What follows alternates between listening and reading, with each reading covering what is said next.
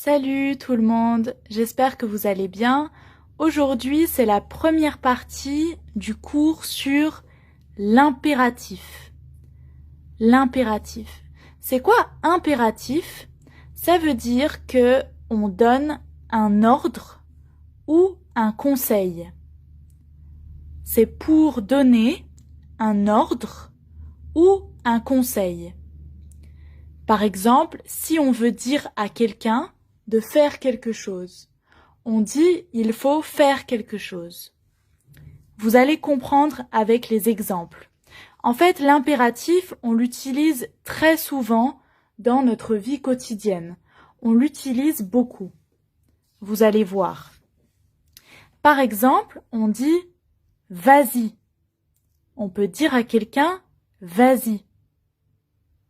Ça veut dire fais quelque chose, vas-y. Au pluriel, si on dit vous, par exemple, si on veut respecter une personne ou on parle à un groupe de personnes, on dit vous. Alors il faut dire allez-y. Allez-y. Donc vas-y, c'est seulement pour les personnes qu'on connaît. Vas-y. Ou alors si on parle en langage familier, on dit vas-y, allez vas-y. Mais si on parle à quelqu'un qu'on ne connaît pas ou à un groupe de personnes, on doit dire allez-y. C'est la même chose avec excuse-moi, excuse-moi pour dire tu, excusez-moi pour dire vous, avec et. Excusez-moi, excusez-moi. On peut dire aussi assieds-toi. Assieds-toi. Ça veut dire, on dit à quelqu'un, il faut s'asseoir sur une chaise, par exemple. Assieds-toi. Attention, on ne prononce pas le D et le S. Assieds-toi. Pour vous, asseyez-vous. Asseyez-vous. Je vous en prie, asseyez-vous. Ou si c'est votre ami, vous pouvez dire « assieds-toi ». Quand vous invitez des gens chez vous, par exemple, vous pouvez dire « assieds-toi, fais comme chez toi ». Assieds-toi, fais comme chez toi. Si c'est quelqu'un que vous ne connaissez pas trop, asseyez-vous, faites comme chez vous. Un autre exemple, installe-toi ou installez-vous. On dit ça aussi quand on invite des gens chez nous, ou alors si par exemple vous allez à un rendez-vous dans un service, à la préfecture, ou bien chez votre assistante sociale, ou à Pôle emploi, ils vont vous dire « installez-vous ».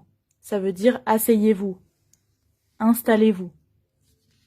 Aussi, dans une classe, le prof il peut dire aux élèves « installez-vous ».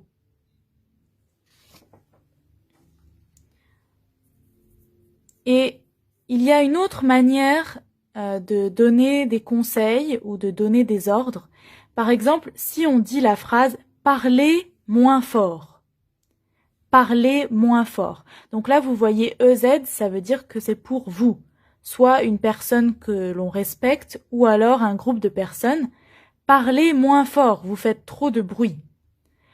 On peut aussi poser une question.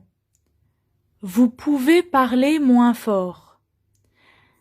J'ai écrit ça parce que moi, personnellement, je vous conseille d'utiliser plutôt des questions. Pourquoi? Parce que c'est plus poli. C'est plus respectueux en français de dire « vous pouvez parler moins fort ». C'est mieux que de dire « parler moins fort ». Parce que parler moins fort, il faut faire attention, c'est pas très respectueux. Peut-être si vous dites ça à certaines personnes, elles vont s'énerver. On préfère en français trouver une façon un peu plus douce, donc on préfère poser une question. Vous pouvez parler moins fort. Même si c'est des personnes que vous ne connaissez pas, par exemple, ou alors des personnes que vous ne connaissez pas trop, si c'est vos voisins, Vous pouvez dire « Excusez-moi, vous pouvez parler moins fort s'il vous plaît ». Là, c'est plus poli. Ok, donc là, on a fait la première partie du cours sur l'impératif. Je vais faire d'autres vidéos dans les prochains jours pour continuer ce cours. À bientôt et n'oubliez pas de répéter les exemples et d'écrire les exemples si possible pour ne pas les oublier.